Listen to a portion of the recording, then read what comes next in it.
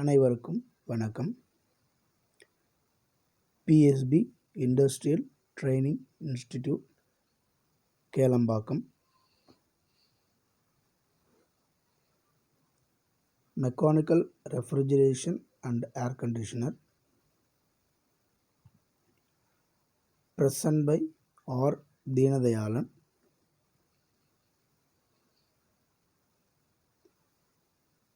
இன்றைக்கி நம்ம பார்க்க போகிற டாபிக் என்ன அப்படின்னு பார்த்தீங்கன்னா, components of car AC, components of car AC testing. அதாவது ஆட்டோமொபைல் ஏர் கண்டிஷனிங் அப்படின்னு சொல்லலாம்.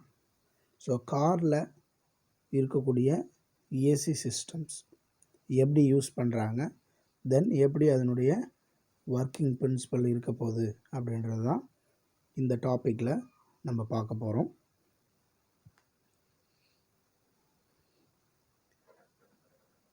இதை வந்து ஹியூமன் கம்போர்ட் ஆஃப் கண்ட்ரோல் அப்படின்னு சொல்லலாம். அதாவது ஒரு மனிதனுடைய உடல் எவ்வாறு வடிவமைக்கப்பட்டிருக்கிறது அப்படின்னு பார்த்தீங்கன்னா, தட் மீன்ஸ் மெட்டபாலிசம் அப்படின்னு சொல்லுவாங்க. மெட்டபாலிசம் அப்படின்னா வளர்சிதை மாற்றம். மனித உடலானது வெப்பத்தை உருவாக்கி கொண்டே இருக்கும். அதாவது வெளிக்காற்று உஷ்ணத்தை பொறுத்து மனித உடலை சுற்றி இருக்கக்கூடிய இயற்கையினுடைய சூழலை பொறுத்து மனித உடல் அந்த இயற்கை சூழலுக்கேற்றவாறு தன்னை வடிவமைத்து கொள்கிறது அப்படின்னு சொல்லலாம். ஸோ அதனால் மனிதனுடைய இயல்பு வெப்பநிலை 98.6 ஃபாரன்ஹீட். இதுதான் வந்து ஒரு மனிதனுடைய இயல்பு வெப்பநிலை அப்படின்னு சொல்லலாம். ஸோ இந்த வெப்பநிலையிலிருந்து மனிதனுடைய இந்த சாதாரண வெப்பநிலையிலிருந்து உயரும் பொழுது அப்போ தான் நம்ம வந்து என்ன சொல்கிறோம், ஃபீவர் அப்படின்னு சொல்லுவோம். ஸோ அப்படி இல்லை, அந்த 98.6 ஃபாரன்ஹீட்லேருந்து குறையும் பொழுது நம்மளுக்கு உடல் உபாதைகளில் ஏதாவது ப்ராப்ளம் ஏற்பட வாய்ப்பு இருக்குது. ஸோ இதனால் வாகனங்களில் பயணிக்கும் பொழுது நம்மளுடைய ஏற்கனவே வாகனங்களில் பயணிக்கும்போது பார்த்திங்கன்னா இன்ஜினுடைய ஹீட்டு ப்ளஸ் அந்த கால சூழ்நிலைக்கு ஏற்ற மாதிரி நம்மளுடைய உடல் வந்து மாறுபடும். ஸோ அதனால் வாகனங்களில் செல்லும் பொழுது நம்மளுடைய உடல் வெப்பநிலை சீராக இருப்பதற்கும் ஒரு கம்ஃபர்டபுளான ஒரு ஃபீல் ஆகிறதுக்காகவும் நம்ம இந்த ஆட்டோமொபைல் ஏர் கண்டிஷனிங்கை பயன்படுத்துகிறோம். ஸோ அந்த வகையில் பார்க்க போனீங்கன்னா மனித உடலின் வெப்பநிலையை பொறுத்து தான் நம்ம ஏர் கண்டிஷனிங்கை இயக்குறோம். அதாவது ஆட்டோமொபைல் ஏர் கண்டிஷனிங்கில் இந்த ஆட்டோமொபைல் ஏர் கண்டிஷனிங்காக இருந்தாலும் சரி, நார்மல் ரெஃப்ரிஜரேஷன் சிஸ்டமாக இருந்தாலும் சரி, முக்கியமான பாகங்கள் அப்படின்னும்போது compressor, condenser, expansion device, receiver, dryer, then accumulator அப்படின்னு சொல்லிட்டு ஒரு சில பார்ட்டுகள் இருக்கும். உங்களுக்கு வந்து ஆட்டோமொபைல் ஏர் கண்டிஷனருடைய பேசிக் சிஸ்டத்தை வந்து இமேஜ் கொடுத்துருக்குறோம்.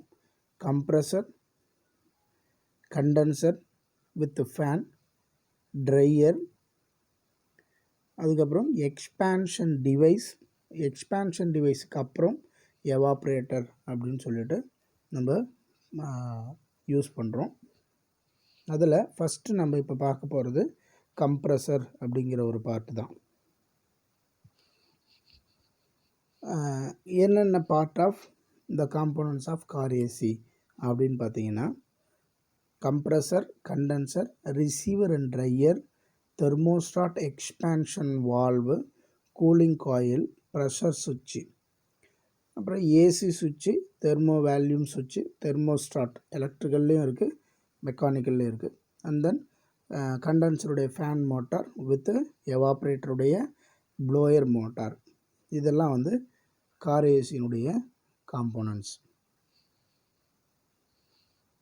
கம்ப்ரஸர் இப்போ நார்மலாக ஒரு ஃப்ரிட்ஜ்லேயோ அல்லது ஏசிலேயோ இருக்கக்கூடிய கம்ப்ரஸர் மாதிரியே இதுவும் இருக்கும் அப்படின்னு பார்த்தீங்கன்னா, அதனுடைய இயங்கும் வீதம் எல்லாமே ஒன்று தான். பட் ஆனால் இயக்குகின்ற விதம் தான் வெவ்வேறானது. எப்படின்னு பார்த்தீங்கன்னா, நார்மல் ஏர் கண்டிஷ்னரில் வீடுகளில் பயன்படுத்தக்கூடிய ஏர் கண்டிஷ்னரில் பார்த்திங்கன்னா, நம்ம மின்சாரத்தை வைத்து அந்த உள்ளே இருக்கக்கூடிய மோட்டரை இயக்கவும், அந்த மோட்ரு மூலயமா அதோட கனெக்ட் ஆகிருக்கிற ஷாஃப்ட் மூலயமா கம்ப்ரஸருடைய பகுதிகள் இயங்கும். ஸோ இது வந்து எப்படி சொல்லுவாங்க அப்படின்னு பார்த்திங்கன்னா, மின்னாற்றலை கொடுத்து அதை காந்த ஆற்றலாக மாற்றி காந்த ஆற்றலிலிருந்து இயக்க ஆற்றலாக மாற்றுவது தான் நார்மல் ஏர் கண்டிஷ்னர் இருக்கக்கூடிய மெத்தட். ஸோ இங்கே வந்து ஆட்டோமொபைல் ஏர் கண்டிஷ்னரில் பார்த்திங்கன்னா, வி பெல்ட் மெத்தடில் தான் வந்து நம்ம கம்ப்ரஸரை இயக்குகிறோம். எதனால் அப்படின்னு பார்த்திங்கன்னா, என்ஜினுடைய இயக்கத்தை பொறுத்து தான் நம்ம ஏர் கண்டிஷனருடைய கம்ப்ரஸருடைய இயக்கம் இருக்கும். ஸோ அதனால் என்ஜினில் இருக்கக்கூடிய கிராங்க் ஷாஃப்ட்லேருந்து வரக்கூடிய பெல்ட்டை ஒரு முனைப்பகுதியை கம்ப்ரஸருடைய பகுதியிலையும் இணைக்கப்பட்டிருக்கும். ஸோ அப்போது நம்ம உள்ளே இருந்து ஏர் கண்டிஷனரின் சுவிட்ச் ஆன் பண்ண உடனே இந்த கம்ப்ரஸரில் இருக்கக்கூடிய கம்ப்ரஸருடைய ஷாஃப்ட்டு இதில் என்னென்ன பார்ட் இருக்கும் அப்படின்னு பார்த்திங்கன்னா, clutch coil, compressor shaft, bearing pulley, piston, கம்ப்ரஸருடைய சாஃப்ட் ஷீலு, அப்புறம் டெஃப்லான் சீலு, வால்ஸு, இதெல்லாம் வந்து ஒரு கம்ப்ரஸருக்குள்ளார இருக்கும். ஸோ இப்போ நம்ம கிளட்ச் காயிலுக்கும் புள்ளிக்கும் கொஞ்சம் கேப் இருக்கும். இப்போ நம்ம வந்து உள்ள ஏசியோடைய கண்டிஷன் ஆன் பண்ணணும் அப்படின்னு ஏசி சுவிட்ச் ஆன் கொடுத்த உடனே இந்த கிளட்ச் காயில் வந்து புள்ளியோடு போயிட்டு டச் ஆகும். அப்போ என்ன ஆகும் அப்படின்னா, கிராங்க் ஷாஃப்ட்லேருந்து வரக்கூடிய மெக்கானிக்கல் இயக்கம் கம்ப்ரஸருக்கும் சென்றடையும். அப்போ இந்த கம்ப்ரஸருடைய ஷாஃப்டானது இயங்க ஆரம்பிக்கும். அந்த கம்ப்ரஸருடைய ஷாஃப்ட் இயங்க ஆரம்பிக்கும் பொழுது கம்ப்ரஸருடைய பிஸ்டன் முன்பின் இயக்கம் அல்லது மேல் கீழக்கம், அதாவது front and back or up and down movement அப்படின்னு சொல்லுவாங்க. ஸோ இது வந்து ரெசிப்ரோகேட்டிங் மெத்தடு. ஸோ இந்த கம்ப்ரஸனுடைய பிஸ்டன் வந்து மேக்சிமம் முன்பின் இயக்கமாக இருக்கும். அப்போ பிஸ்டன் முன்னோக்கி செலுத்தும் பொழுது கம்ப்ரஸரில் இருக்கக்கூடிய வாயுவானது வெளியேற்றப்படுகிறது.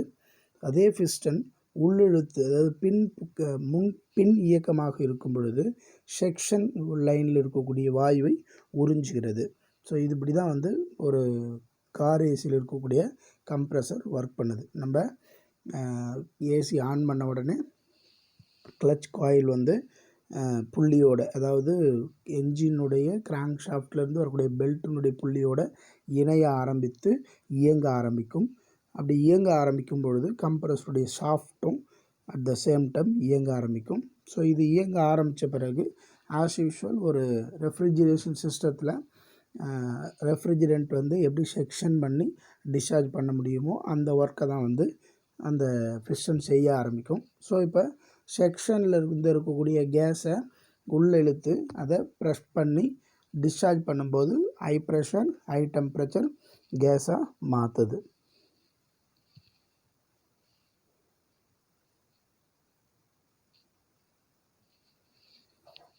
ஸோ அப்போது கம்ப்ரஸர் வந்து எதை பொறுத்து இயங்குகிறது அப்படின்னு பார்த்திங்கன்னா, என்ஜினுடைய இயக்கத்தை பொறுத்து இயங்குகிறது அப்படின்னு சொல்லலாம். அப்போ என்ஜின் இயக்கம் இருந்தால் மட்டுமே கம்ப்ரஸருடைய இயக்கம் இருக்கும். என்ஜின் ஆஃப் பண்ணிடுறோம் அப்படின்னா, அதாவது ஒரு காரினுடைய என்ஜின் ஆஃப் பண்ணிடுறோம் அப்படின்னா அப்போ கம்ப்ரஸருடைய இயக்கமும் ஆஃப் ஆகிடும். ஸோ அப்போது இந்த high pressure high temperature gas கண்டென்சரை நோக்கி செல்கிறது. இந்த கண்டென்சரை எங்கே ப்ளேஸ் பண்ணியிருப்பாங்க, எங்கே வச்சுருப்பாங்க அப்படின்னு பார்த்தீங்கன்னா, காரினுடைய ரேடியேட்டர் இருக்கும் இல்லைங்களா, அந்த காரினுடைய ரேடியேட்டருக்கு முன்பகுதிகளில் இருக்கும். இந்த காரினுடைய ரேடியேட்டர் முன்பகுதிகளில் இருக்கிறதுனால கார் வேகமாக போகும் பொழுது எதிர்காற்று ஃபஸ்ட்டு இந்த கண்டென்சர் காயில் மேலே படும். அப்போ இந்த high pressure high temperature gas வந்து கண்டென்சருக்குள்ளார வர்றதுனால, உள்ளார வரும்போது இந்த காற்று இந்த காயில் மேலே படுறதுனால அதில் இருக்கக்கூடிய வெப்பம் நிராகரிக்கப்படுகிறது. அதாவது ஹை ப்ரெஷர் ஹை டெம்பரேச்சரில் இருக்கக்கூடிய அந்த டெம்பரேச்சர் மட்டும் ரெடியூஸ் ஆகும். ஸோ அப்போ ரெடியூஸ் ஆகும்போது எப்போவுமே ஒரு வாயு தன்னுடைய வெப்பநிலை இயக்கும் பொழுது, அதாவது இழந்த பிறகு அது வந்து நீராவியாக மாறும் அல்லது திரவமாக மாறும் அப்படின்னு சொல்லுவாங்க. அதாவது தன்னுடைய வெப்பத்தை இழந்த பிறகு திரவமாக மாறும் அப்படின்னு சொல்லுவாங்க. ஸோ அப்போ இந்த வெளிக்காற்று அந்த வெப்பத்தை எடுத்துக்கொள்ளும் பொழுது இந்த கண்டென்சருக்குள்ளே போகக்கூடிய கேஸினுடைய வெப்பநிலை குறைந்து அதை ஹை ப்ரெஷர் ஹை டெம்பரேச்சர்லேருந்து லோ டெம்பரேச்சராக கன்வெர்ட் ஆகும்.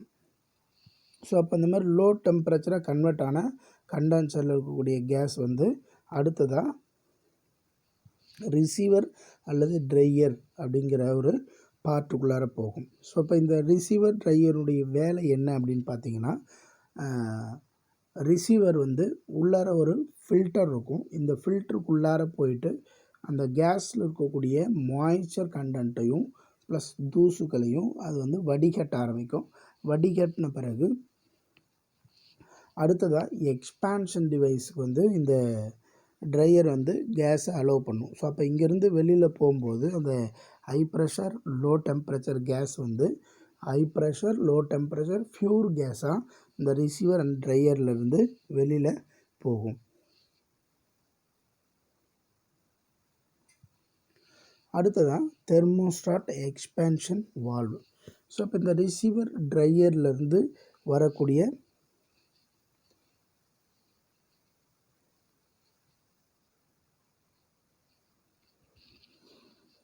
இந்த தெர்மோஸ்டாட் எக்ஸ்பேன்ஷன் வால்வ் அப்படிங்கிறது கண்டென்சருக்கு அடுத்தபடியாக இது வந்து பொருத்தியிருப்பாங்க.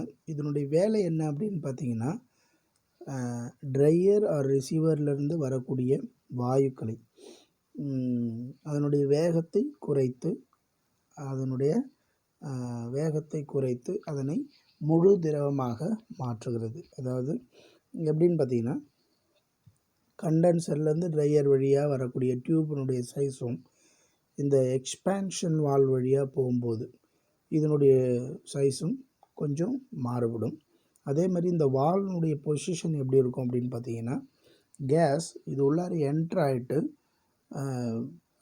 அது நேர் திசையில் போகாமல் சற்று வளைந்து அந்த வால்வுக்குள்ளார இருக்கக்கூடிய வழியிலேயே மாறி மறுபடியும் தன்னுடைய சரியான அந்த டியூபினுடைய ஈக்குவல் ஸ்டேஜுக்கு போகிற வரைக்கும் இதனுடைய ஸ்பீடு குறையும்.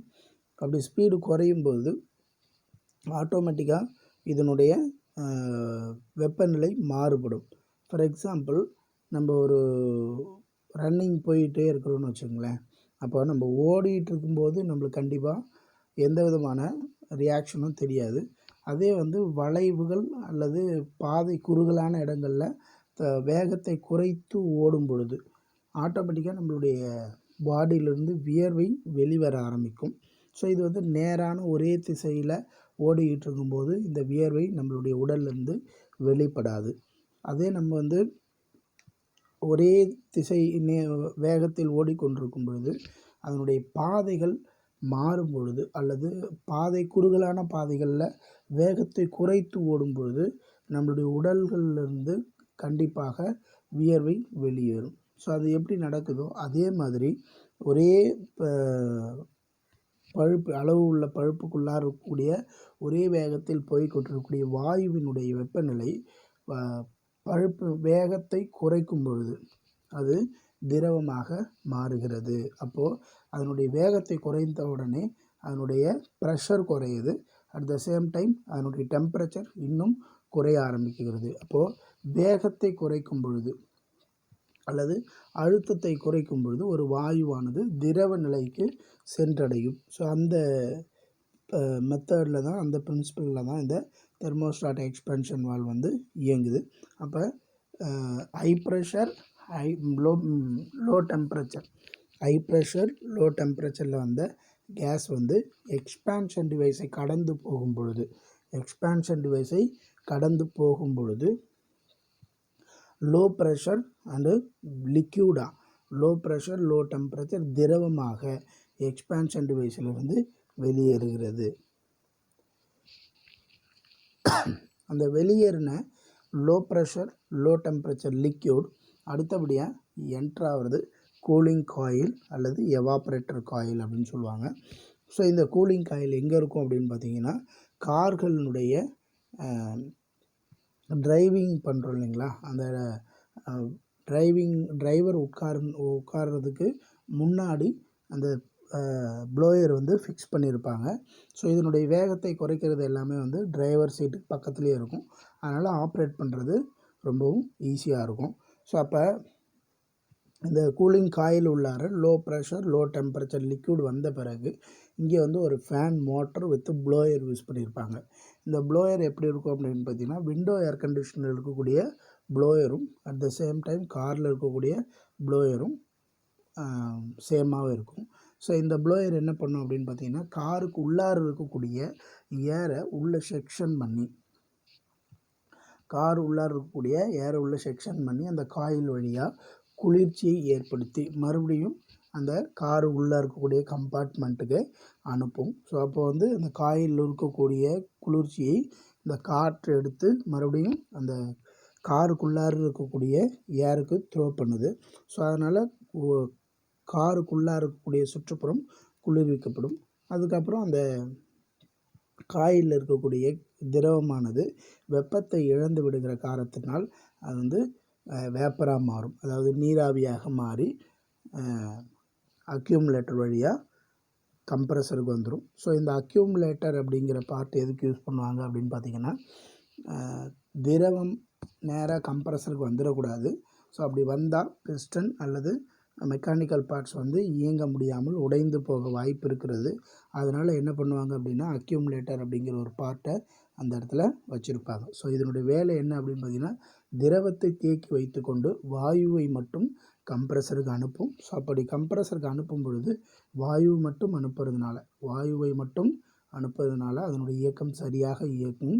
ஒருவேளை திரவம் சென்று விட்டால் உள்ளே இருக்கக்கூடிய மெக்கானிக்கல் பார்ட்ஸ் ஏதாவது உடைய நேரிடலாம். அதனால் என்ன பண்ணிடுவாங்க அப்படின்னா, இந்த அக்யூமுலேட்டரில் திரவம் தேங்கி வாயுவாக அதாவது வேப்பராக மாறின பிறகு போகிறதுக்கு இந்த அக்யூமுலேட்டரை அந்த இடத்துல ஃபிக்ஸ் பண்ணியிருப்பாங்க.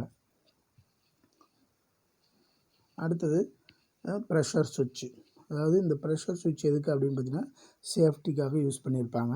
ரிசீவருக்கு சைடில் இருக்கும். இது வந்து ப்ரெஷர் அதிகமாகும் பொழுது, லோ ப்ரெஷர் அல்லது செக்ஷன் ப்ரெஷர் அதிகமாகும் பொழுது உள்ளே இருக்கக்கூடிய கேஸை கொஞ்சம் குறைக்கிறதுக்காக இந்த ப்ரெஷர் சுவிட்சை யூஸ் பண்ணியிருப்பாங்க.